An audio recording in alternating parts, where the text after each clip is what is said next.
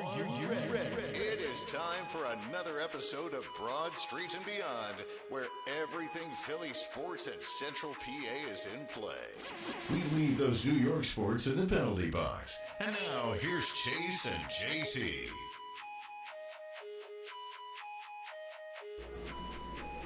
All right, ladies and gentlemen, welcome to another special edition, Broad Street and Beyond. This is the interview sessions where we kind of bring those that are closer to the game than, of course, we are, getting some insight from a totally different perspective. JT alongside me there.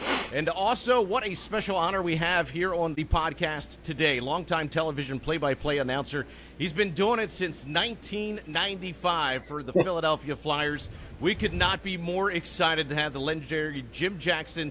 Thank you so much for taking the time. Welcome to Broad Street and Beyond, Jim. Good to be here, guys. You forgot my 2 radio years. I've been here since 1993. But, oh, my goodness. Yeah, when I start hearing, whenever I'm being introduced now, it's a long time, legendary, in other words, old. But it's nice to be here. Always great to talk hockey. Yeah, absolutely. Appreciate the time there, Jim. Let's start off with that Metropolitan Division. It's always a dogfight no matter what year it is, and this year, no different. First place, last place separated by now 7 points. Flyers right in the thick of things. Third place, Caps overtake first place last night. What are your thoughts on what you're seeing so far from the Flyers here as we're about 2 months into that season? Well, as far as the Metro goes, you can just throw a blanket all over any of the teams. If anybody goes on a 4 or 5 game win streak at this point, they're going to be in first place. If they go on a losing streak of the same duration, they'll be in last place. So there really is no room for any kind of let up if you're playing well, and there's hope if you are toward the bottom, because it won't take that much to get you toward the top. For the Flyers, they've been playing pretty well this year.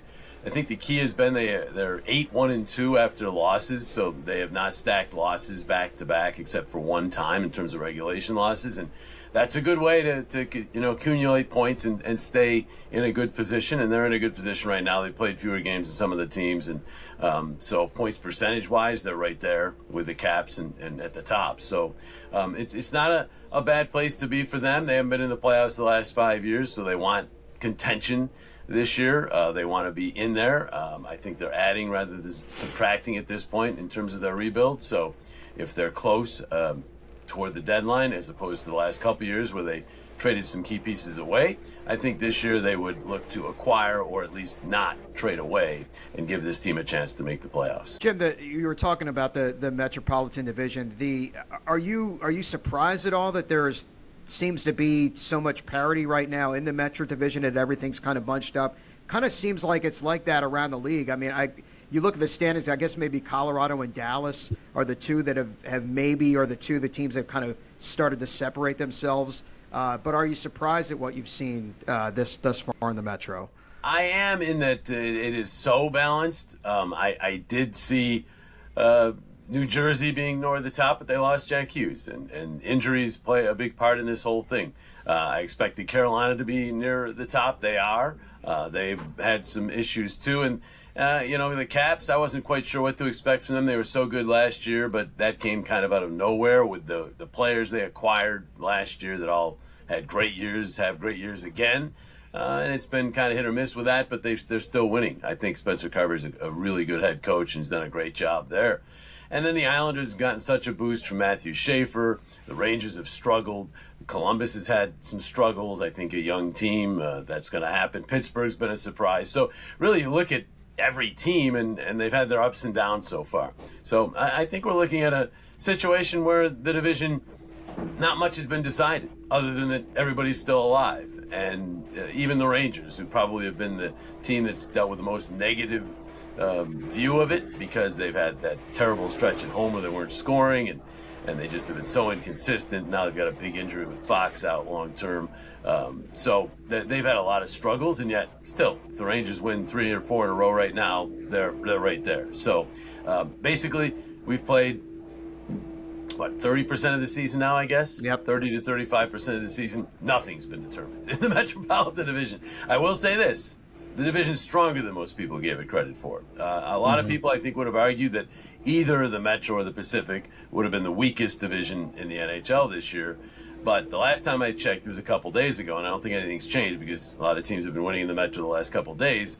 The Metro was plus 41 when it comes to Hockey 500, and that was the best in the NHL. So the team, obviously, Pittsburgh's playing better than many expected. I think the Flyers are probably higher than most people expected. Some of the teams are where they expected. The Carolinas, maybe in New Jersey's and Washington's. The only one that may be underperforming are the Rangers, maybe Columbus a little bit, but not by that much. They're all right there above Hockey 500. So, it's been a really solid division. I don't think it's been a complete just everybody's not very good. I think it's more everybody's been pretty good in the Metro. And so as a result, they're beating teams from outside the division more than they're losing, and they have the best plus-minus in terms of wins as a result. It seems like Spencer Carberry there of the Washington Capitals got them ticking now, finally overtaking first place in that Metro last night. Of course, the former coach for us right up the road here at Hershey for the Hershey Bears, but the Flyers kicking off that homestand, 6-game homestand Monday. Successful road trip, Jim, 3 out of 4. Start the homestand, loss against Pittsburgh. Solid game last night against Buffalo, winning 5-2. Flyers rolling at home 9-4-2. What do you see in some of the keys to success of them at home playing this year so far? Yeah, they've been good. They started really hot, then they had a little dip. They had a weekend where they had back-to-backs, the only 2 back-to-back regulation losses they've had all year, where they lost to Toronto and Calgary in 2 games they really didn't play well. But outside of those 2, they've been a solid home team. The Pittsburgh game was disappointing, but they're playing well. They're playing well on the road too. They really have been a very resilient bunch. 11 come from behind wins, which leads the National Hockey League. I told you the record already 8-1-2 after losses, so they're resilient in terms of bouncing back. And not only within games, but after games that they don't perform very well in. So a lot of good things when you see from a general standpoint. When you look more in detail, the goaltending has been very good. Dan Vladar in particular has been outstanding. If there's been a little drop-off with him lately, it's only because he's just seeing a lot more shots and high-quality chances. Sam Erson's now stepping in. He's playing better. The special teams are better than they have been in years past. That doesn't say much about the power play because they're still around 20th, but they were at the bottom. So, you make the jump. You got to crawl before you walk. And so the power play is improved in the penalty kill up until the Penguins torched him, was in the top 5 all season long. Dropped out of that for a bit. We'll see if they can climb back in there.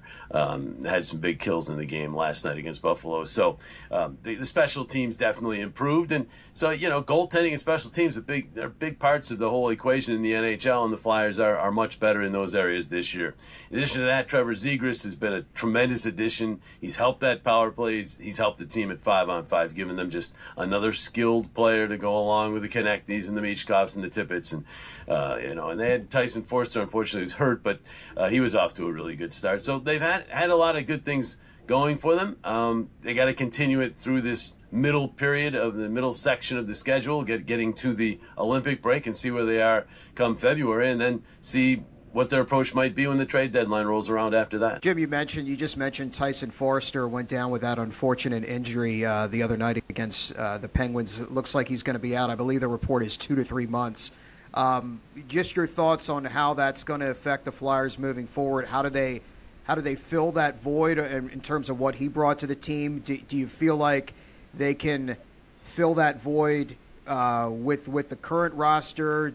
Or is there somebody maybe down in Lehigh Valley that they could bring up, or do they maybe even go the route of trying to bring somebody outside via a trade?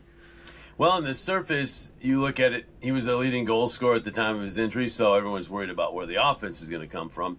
That, I think, is a committee thing. Travis Konechny hasn't had a great goal-scoring start to the season. I think he can score more. Owen Tippett's gotten back to scoring here of late. He's a very streaky scorer, so if he gets on a bit of a roll, Michkov's offense has been improving as the year's gone along. So I'm not as worried about the goals as I am. He's their best all-around forward. He is, if his coach has a team up a goal or down a goal and late in the game, Tyson Forster is going to be out on the ice. He's probably their best checking forward along with Noah Cates and Sean Couturier, but he brings more offense than those two. So I would say he's their best all-around forward. And what I noticed last night as I was watching, I didn't call the game last night, but as I was watching it, is the Flyers have their top 9 is set up so that they have 3 centers who are all very defensively conscious. When you're talking about Couturier, Cates, and Christian Dvorak, these 3 are all guys who are known to play the defensive side of the puck very well. So that's good.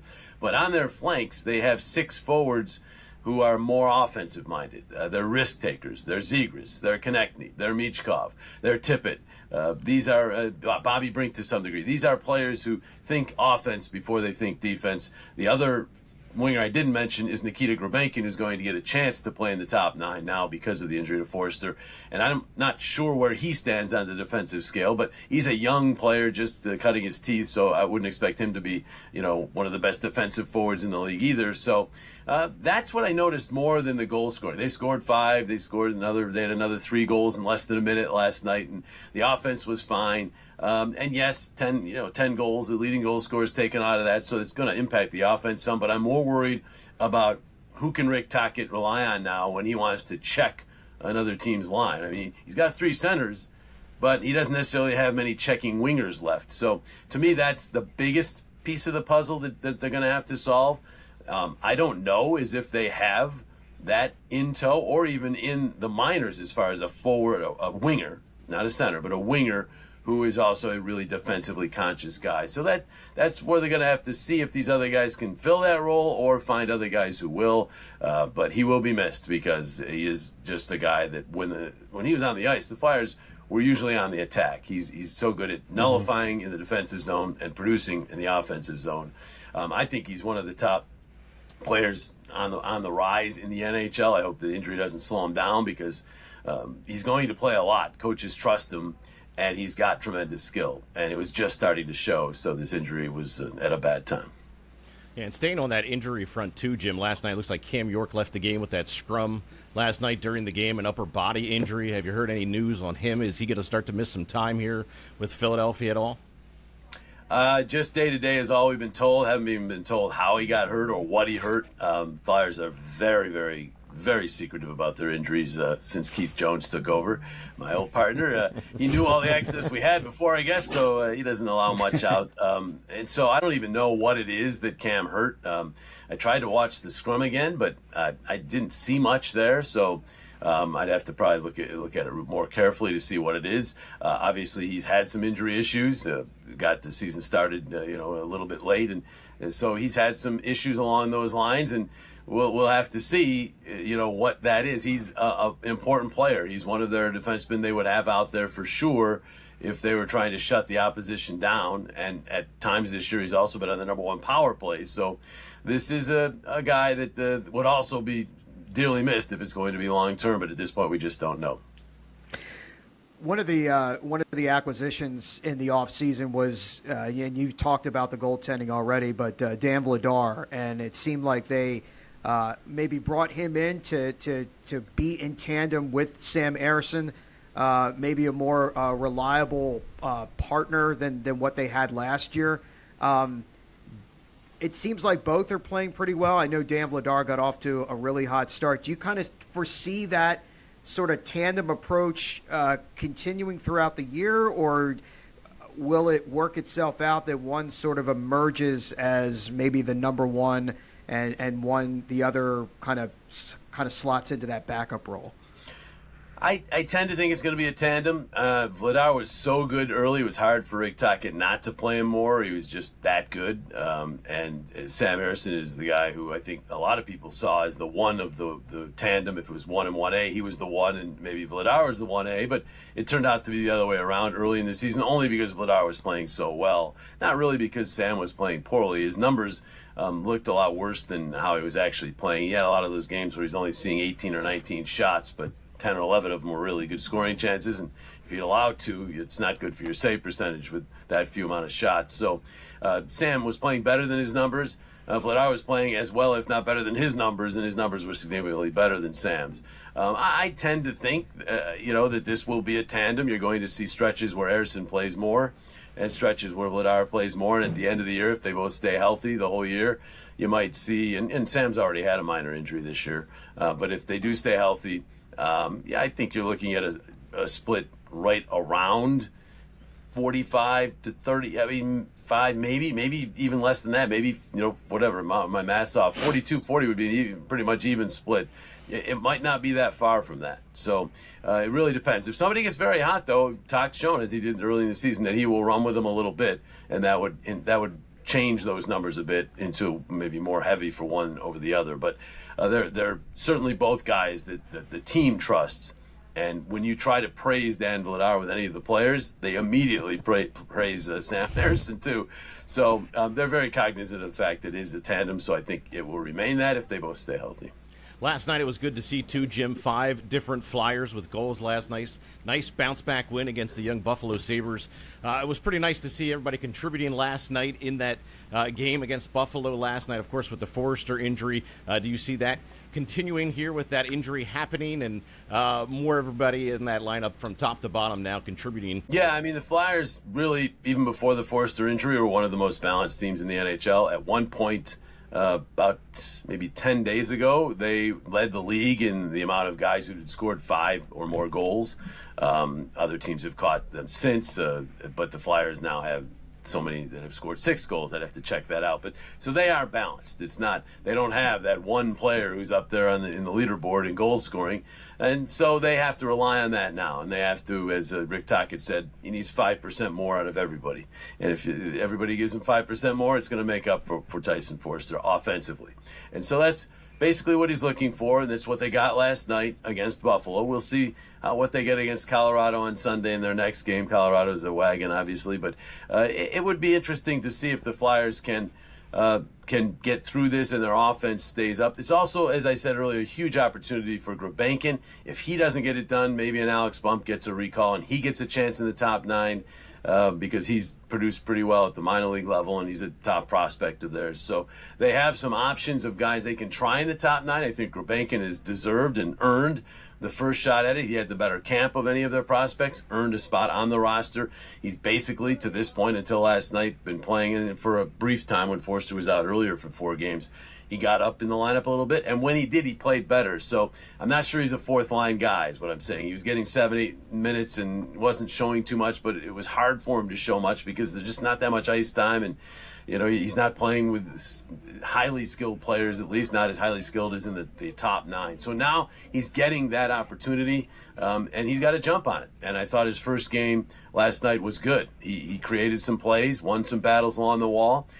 He has this tendency to want to defer a little bit. I think that's natural with young players. He can finish, and I think the Flyers want him to try to finish more. So if he's able to take a role in the top 9, I'm not saying he's going to be Tyson Forster, but if he takes a role in the top 9 and the other players kind of elevate their games a little bit here and there, then they can get through this 2 or 3 month stretch without Tyson Forster. Jim, for the Flyers, I think to take the next step and become, that playoff team, there's always been talk about, there's guys on the team that are going to have to kind of find that next level. Given that this season is still young, so small sample size, nevertheless, who have you seen this year, maybe as compared to last year, that's maybe looks like they're taking that next step that has seen the most improvement? I've seen a lot of buzz about. There's been a lot of praise heaped upon like a Jamie Drysdale, but who have you seen that it seems like they're taking that next step this year? That's an interesting question. We've been watching a lot of players wanting them to take that next step, and slowly but surely they have. Tyson Forster jumps out right away. I think he was taking a large step, but as far as players who are healthy right now, Andre has really jumped in. He's gotten a chance now to play in the second pair, move up, play with Jamie Drysdale some.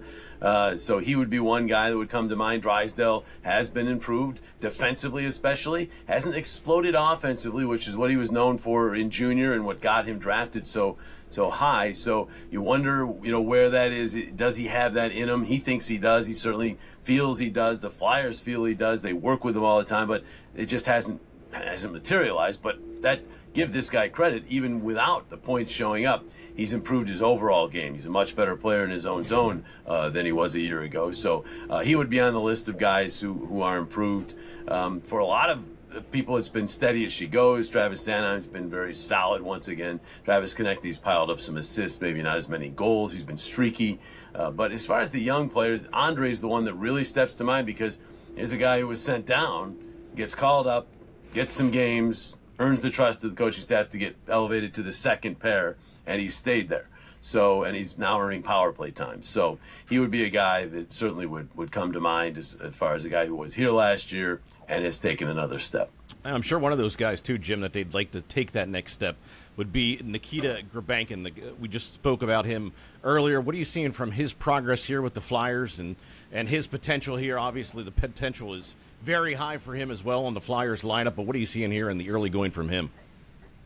Well, I saw him in camp, and I was really he jumped out in camp. Really, camp. If you flash back to camp, Alex Bump came in with a lot of the pub and people thinking he was going to make the team. Tyson Forster had an elbow injury over the offseason. They were thinking maybe was going to delay his start. As it turned out, it did not. So that cut back on the opportunity for some of the young players. But one of them was going to have a chance to make the team, and it was Grabbankin who seized that. He had a very good camp. It was very noticeable through rookie games, very noticeable in regular training camp, in the preseason games, and absolutely deserved to be on this team to start the year. But once Forster was deemed ready to go, the team was pretty much healthy up front, and there were 9 forwards. So that made him a fourth-line player or an extra in some cases when they dressed Nick Delorier. So he didn't get much playing time through the first 20 games or so. I think we're going to see more from him. I saw signs of it last night as he got to play, at least to start, with some guys, NHL players who are our top 9 guys. And I do believe he's there. We'll see. This is his opportunity. He's got to take advantage of it because I don't think they'll give him forever. They have Alex Bump, who's now produced at the AHL level, who they could call up, and he could be the next guy to try there. So there is some pressure on him to show that he can do the job. I thought last night was a very good first step for him. I thought he did a lot of things really well. Might not have showed up too much, but I thought he did a lot of good things. And I think that he deserves an opportunity. Now, how long that opportunity is, I don't know. But I don't think last night hurt him by any stretch. Jim, speaking of young players, there's certainly been a lot of buzz about a guy who's currently not on the Flyers roster. His name's Porter Martone, and there seems to be a lot of excitement about not only the year he's having at Michigan State, but what he could mean maybe as early as next year for the Flyers. What have you seen from him? And are Flyers fans, are they right to be excited about this kid? Oh, absolutely right to be excited. I mean, if we did a redraft right now, and it was just by the player's ability, he'd probably go second. Obviously, people might value a center or a defenseman over a winger just because of the position. And I think the Flyers benefited from that in having him fall to them in the draft because he was a winger. He fell, but I think he might be a better winger than some of the centers are centers. That got picked ahead of him, and vice versa. The only guy, Schaefer, obviously was no doubt about it, but the rest of them were, it's like he was right there with him, but because he's a wing, I think he dropped just because of his position. And then he came to development camp. He didn't jump out in development camp. He was fine. He was good, great to talk to, very mature kid. You could tell he has his head screwed on straight and everything. But, he didn't really pop, I would say, in development camp. And, of course, he wasn't at the regular training camp because he chose the college route.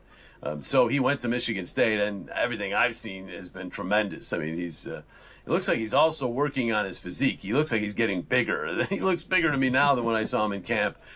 So he has the makings of a true power forward, and they are so valuable in this league. So, yes, absolutely, the fans have every right to be excited. I do think, in general, in this sport, we tend to build these prospects up so high, and then take Connor Bedard, for instance. If they don't light it up the first 2 years, they're already cutting him down, and now, he's obviously adjusted, and he's having a great third year, but, it takes a little time. These are kids. They are young. And this is a man's league. It's gotten younger, but it's still a man's league, and it takes some time. And the league adjusts to you, as Matvei Michkov is finding out this year.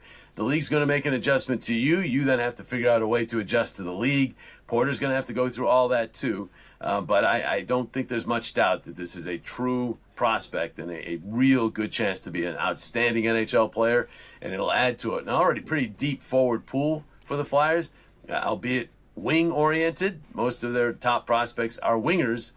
So that's an imbalance that maybe has to be adjusted through a trade somewhere along the line where they aid another part of the team, whether it be at center or on defense, by trading one of their wingers. Because the Flyers, if you look around the NHL and you put the wingers down there, if you include Porter next year, let's say, they're pretty deep. They're right there with some of the top teams in the NHL in terms of wingers. Centers, not so much. They aren't as deep at center. And on D, they still probably need that elite defenseman. I've heard the name Quinn Hughes. But, there's guys out there. They're probably going to have to trade to get some of these guys because we're seeing all the free agents. There aren't free agents. Everyone's signing with their team now. And I think some of the expectation might have been this coming summer was going to be the summer with all these great free agents, and they all signed. So that's gone. That way to fill holes is gone. The Flyers have salary cap space, but they don't really have those free agents out there necessarily that you're going to want to go out and plug in. So you're going to have to be creative and do it with trades. And Danny Briere has already shown that he's quite creative when it comes to trades. The Ivan Provorov trade, certainly there was some creativity to that. He's made some moves. The Zegras move starting to look like a great move. So I think that he can do that. It just takes a dancing partner. It takes time to put those things together, and we'll see where it goes. But the wingers the Flyers have now, when you include Porter Martone into that stock, that's their strength. So if they deal from strength, it's going to be one of them that goes, or two of them that go to get another player from one of the other positions to round the team out a little bit. That would seem where it stands at this point with me. Two former Flyers now leading the charge there, Jim. Of course, your ex-broadcast partner, Keith Jones, Danny Briere, come up on his second year here as GM of the Philadelphia Flyers. Had a successful offseason, of course, with Dvorak, Zegras, Vladar, those pickups in the offseason. How are you seeing his transition into that GM role and the job that he has done so far here? Yeah, he did everything he could to be ready for this. I mean, he looked and worked in the business after he retired as a player. He went to ECHL level, and he's done everything he can. I don't like when I see, and it's, of course, social media sometimes not the most accurate, but I see people saying, he just walked into the job. No, Danny went out there and did everything he could possibly do to prepare for the job. He said that the biggest adjustment he's found isn't the dealing with teams and trades and the draft and all that. It's more dealing with the people in the administrative side of it, just having all those things on a daily basis that you have to take care of. So he's learning about that. But as far as going out and making trades in the draft and all that, scouting and all that, I mean, they've put a very high premium on player development, and that's something you won't see right away because obviously it takes a while for these draft picks to develop. But they feel as though some of the picks in the past, regimes that were made in Philadelphia, they might have been decent players, but they didn't develop properly, and so they never panned out, and they want their picks to pan out. So they put a lot into that. That's something that's kind of like planting seeds and fertilizer, and you got to wait for it to develop. So we aren't always all that patient, sports fans, and but you got to wait for that. And yes, it's not just Philly, Boston, New York, any of the. In my mind, the markets that count, that where you have that passion, where there's passion, there's also going to be angst, and I'd rather have it that way than apathy. So, but yes, when you have that kind of passion, the patience level isn't always as high. So, but yeah, I thought they've shown now 3 years in a lot of resolve to stick to this. They haven't gone for the quick fix. Yeah. They've continued to accrue assets, trading some popular people like Scott Lawton and players away to accrue assets like Grabbankin and a first-round pick in that trade. And so they now have the fourth youngest team in the NHL, contending for a playoff spot. Plenty of young players on the team now, some of them performing better and better. Some we need to push along more. That's the way it works. They don't all hit. And several prospects on the way, Martone leading the way, and also draft capital. They have all their first picks and 2 coming up in a couple of years. So I think he's done a great job, Danny, that way, and the rebuild is continuing to go. There's been a lot of talk lately. A couple of insiders went on some podcasts and said, where's this rebuild going? They've had some setbacks. Don't get me wrong. Cutter Gauthier decided he didn't want to play here. Carter Hart had to leave. Those are setbacks. Your number one goalie and one of your top prospects gone, and for Carter Hart, they got nothing, and for Cutter, they basically had to get a trade and come up with a trade on the spot, and they did the best they could with it. And then the change in the market, which I discussed earlier, where they might have been expecting a lot of really big names to be out there this coming summer, and it doesn't look like that's going to be the case. So they've had some things go perhaps not as they had planned, and they've still kept right to it. And they're pushing, and they're accumulating assets. The team's slowly getting better. It's a slow process, but I think they're on the mend. They don't want to be in the playoffs one year, out the next. They want to be in every year. And when you guys go to your favorite website, or if you still are old school like me and you get the Hockey News Yearbook, they want the Flyers to be one of those teams that, like, every year is expected to contend, not just to make the playoffs, but to win the cup. That's like Colorado is now, Tampa Bay is now, Vegas is now, Florida is now. Obviously, they're winning cups every year. But those kind of teams where, for a good long stretch, decade-long stretch, they're going to be one of those teams that's going to be predicted to win or at least compete for the Stanley Cup seriously. And they aren't there yet, but they continue to build toward that, and they have not taken any shortcuts. And because of that, some people are starting to lose patience and saying, where is this rebuild going? I think you have to look more closely at it. It's going pretty much where they expected it to go, minus, probably losing some time with some of the setbacks we talked about that they've had. I mean, if Carter Hart hadn't left this team 2 years ago, they make the playoffs. Yeah. There's no question. The team, after he left, they also had some injuries on D, but they just dropped. They were in a playoff position for 149 days and then dropped right out after Carter left. So we wouldn't even, they would have been in the playoffs 2 years ago. They lost out in the last game of their season, so they were pretty close anyhow. And last year they had the worst goaltending in the league by far. It was the lowest save percentage, and I don't think any team could really make the playoffs with the goaltending they had last year. They're responsible for the goaltending. I understand that, but it's just they still were trying to fill that hole that was left by Carter Hart. So Vladar is really stepped up this year. Sam Harrison's trying to get his game together. If they can hope that is sealed and that they get competent goaltending, this team has a very good chance to make the playoffs this year with the fourth youngest team in the league. That's the sign of a team rebuilding and making progress. So I don't really know where everyone's jumping on this is a rebuild to nowhere or whatever, because I just don't see that at all. One of the things that you talked about, and I seem to have noticed a trend kind of emerging here, was the fact that it looked like there were going to be a lot of big-name free agents coming up in this upcoming offseason, and that doesn't seem to be the case now. So, in your opinion, how does that sort of affect what the Flyers are trying to do, as far as, like, it looks like they're going to have a lot more cap space this upcoming off season, but maybe no one to really go after. Is that just something that's happening now? Is that a trend do you think that's going to keep happening now? With it seems like now we're in an era where the cap is going up, where we had such a flat cap for a number of years. Kind of, where do you see that as far as the Flyers' approach now? With maybe not as many coveted free agents out there available. Yeah, I mean, I don't think there's any doubt, not just the Flyers, any team in a rebuild now, you got to do it through the draft and development, and then through creative trades.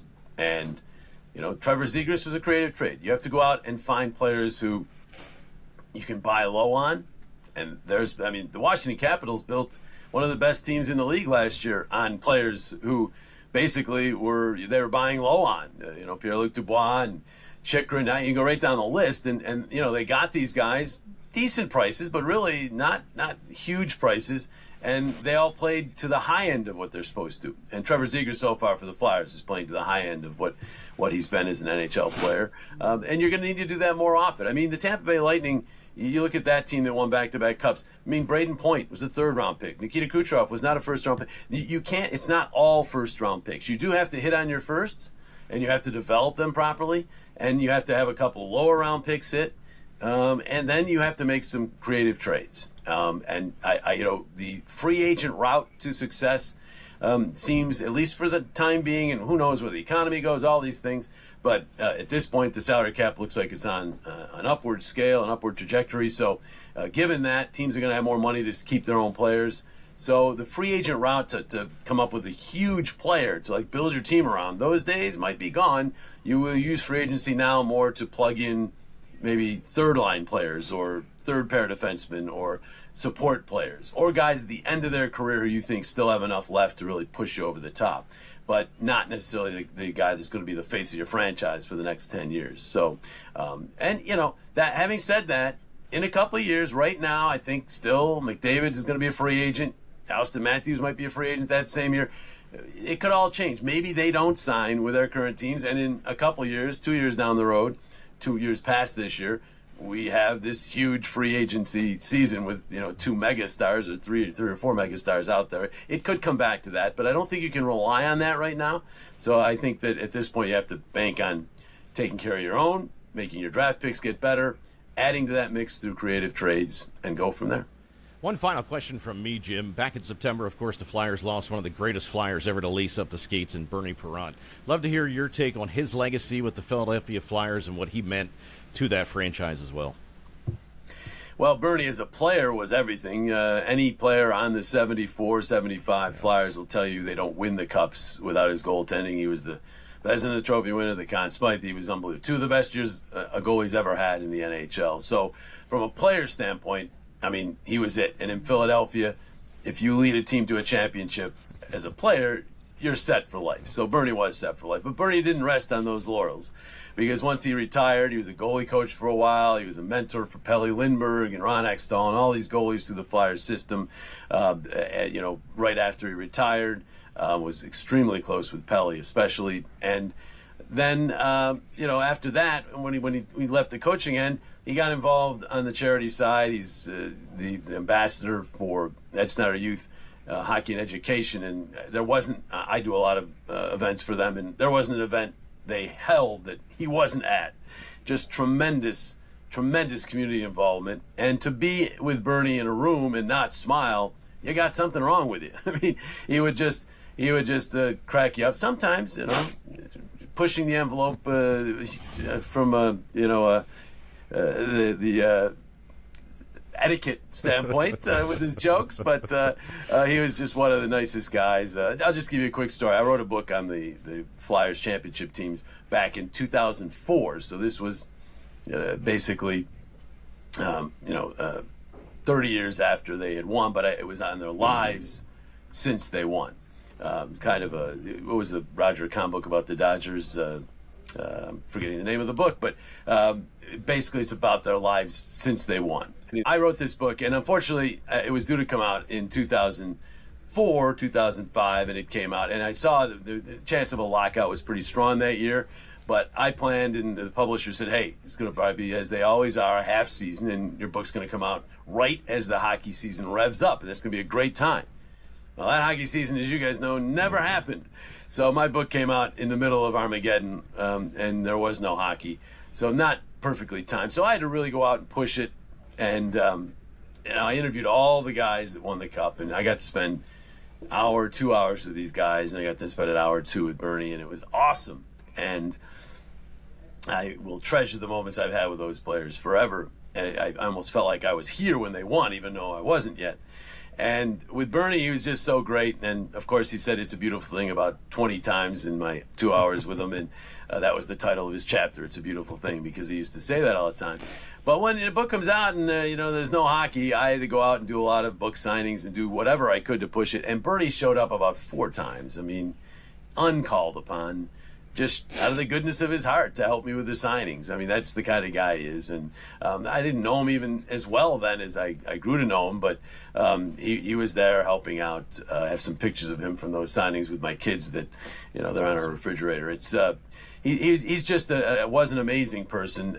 He was dealing with some serious back issues, and I thought he was struggling a little in the summer, but then when my wife and I went on a cruise in August, I came back and there was a Snyder event, and I went to it, and Bernie was there, and he had a back procedure, and he looked great. It was the best he'd look to me in a good year or so, and so I was happy. And 2 weeks later, he was gone. So and he went in his sleep and had a heart issue, and I guess maybe that's a good way to go, because he just he was watching the Phillies and felt a little tired, went to bed and went to sleep. And but for Bernie, he's absolutely an icon in the city, always will be. His wife Jeannie's going to preserve his legacy she's now on the committee with Ed Snyder Youth Hockey and Education. She's putting out stuff on social media from his platform all the time, which gives you the memories. And so we'll still have a piece of Bernie, but we'll miss not having the whole thing. He was huge, so involved. I mean, anyone who was involved with the Flyers probably had met him at some point in time. I mean, salespeople, PR people, you probably met him. He was around all the time and always with a smile on his face, cracking a sometimes good joke, sometimes bad joke. But so, yeah, I've missed him tremendously. And they had a great ceremony for him a couple weeks back. It was tremendously done and well-deserved. And some of the comments from his teammates were particularly poignant. And it was well done. And he deserves that. I mean, he deserves that kind of tribute. So we move on without him. Obviously, the Flyers are paying homage to him all year with a 1 behind the net at each end of the arena, plus they're wearing the patch. So this season is commemorated to Bernie. By the way, I just looked it up. The Boys of Summer, is that the book? See, I knew Summer was in it, but I couldn't figure out how to get there. Boys of Summer. I mean, it's one of the most famous sports books ever, and he wrote about the Brooklyn Dodgers after they had won their championship in 1955, I believe it was. And I say, hey, let's do that. These guys they're just icons in the city. So many of them stayed in the city after they won their championships. So I knew a lot of them were local. I could interview them in person. Some I had to do on the phone, but for the most part, I did them in person. And it was a fun book to do. I mean, I could have probably written another one 20 years later, which would be like last year, because so much has happened in their lives since. And unfortunately, we're starting to lose some of them. And, that's the sad part of the circle of life. But the book was, these guys dealt with a lot of things after their careers were over. Lots of tragedy, lots of triumphs. Bob Clark, obviously, he's been in the spotlight, and his life's been fascinating. But there were guys like Ed Van Impe who lost a daughter, and there were tragedies that they had to overcome. Bernie had, he had to deal with alcoholism, and there were things that these guys had to deal with. Bill Clement was basically out of money at one point, was completely bankrupt, and bounced back to be such a successful announcer and entrepreneur. So there's just all kinds of stories with those guys, and that's why I wrote that book. And it's the only book I've ever written. Might be the only book I ever write, but I'm glad I did it. Before I let you go, just one last question for me. You've called so many Flyers games in your career. Is there any call that sort of stands out to you that you can remember?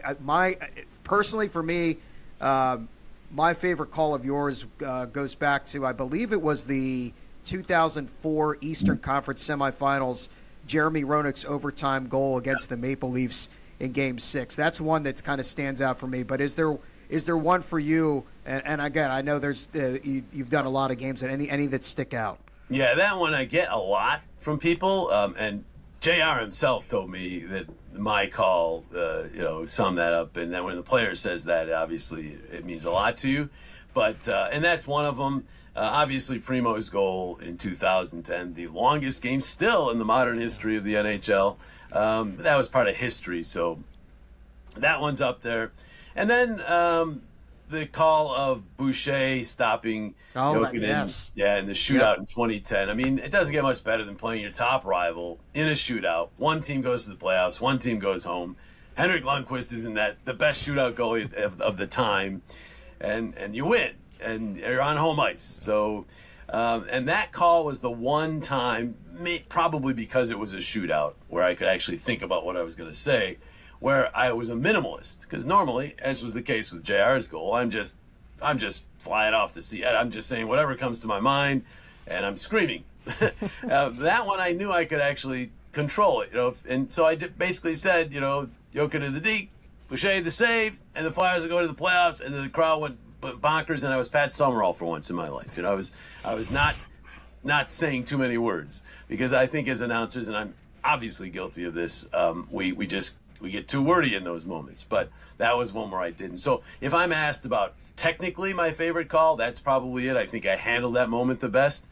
If I'm asked the best call I've ever had as far as just excitement level, I mean, JR's would be right there. Primo's probably would be number one simply because of its historic impact.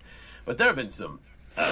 Claude Giroux one time, I said, I don't know what possessed me to say this, but he was on his way up the ice late in the game. They're down a goal, and I said, the captain center, he's produced so many miracles. Does he have another one left in him? And he scores. So all I said is, Miracle delivered, These things are, I could have said that and you could have whiffed, and I would have looked pretty silly. So I don't know why I would say that. But so there are times where, you come up with these that are regular season games, but the playoffs usually produce most of the ones that really stick out to you. You get a shootout like that with the Rangers, that's pretty much a playoff. And then the other ones were played. The Boston comeback too. Gagne's goal up in Boston to take the lead in that game. That's another one of my favorite calls. So there's a lot. I mean, I've been doing TV for 30 years, announcing play-by-play for the Flyers for 32 years.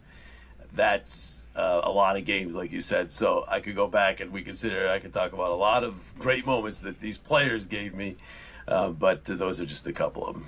Almost 4 decades of broadcasting excellence. The great Jim By the Jackson. time we get done here, it'll probably be 4 decades. There you go. That's right. This has been so much fun, Jim. Hopefully we can do this again down the road. We can't thank you enough for the time, and we look forward to seeing you once again, and also to, of course, all the great broadcasts that you and Boucher come out with. You guys are the best, two of the best absolutely in the business. We want to wish you and your family, of course, a happy holiday season. Hopefully we can do this again down the road. The same to you guys, and I have great memories of Hershey. So I did a lot of games there with the Utica Devils in the AHL back at the old Hershey Park Arena, which to me was hockey. That building was hockey. Nothing against Giant Center. Is it still called Giant Center? The other arena they had there. But the Hershey Park Arena was, I just loved it. I have tons of memories of that building. I hit with a puck there once. I fell after doing an interview and almost destroyed my ankle. Some aren't great memories, but I still love that arena. I love doing a game there, and my son got to play a game there when he was playing U.S. Junior hockey, and it was so fun watching my son play in that arena. So, I have all kinds of memories of Hershey. Loved at the Lodge. That's where we stayed, and it was just hockey. That was hockey. When we went to play Hershey, it was a hockey game. So a lot of fun. That was a John Paddock Hershey Bears. They were so good. Didn't lose a game on the way to the Calder Cup, and it was just a fun time. AHL then was a little different than it is now, and it was just a lot of fun. So I love Hershey, and I love chocolate too. So I gotta like Hershey. Appreciate you. Yeah, so appreciate you taking the time to do this. Anytime, guys.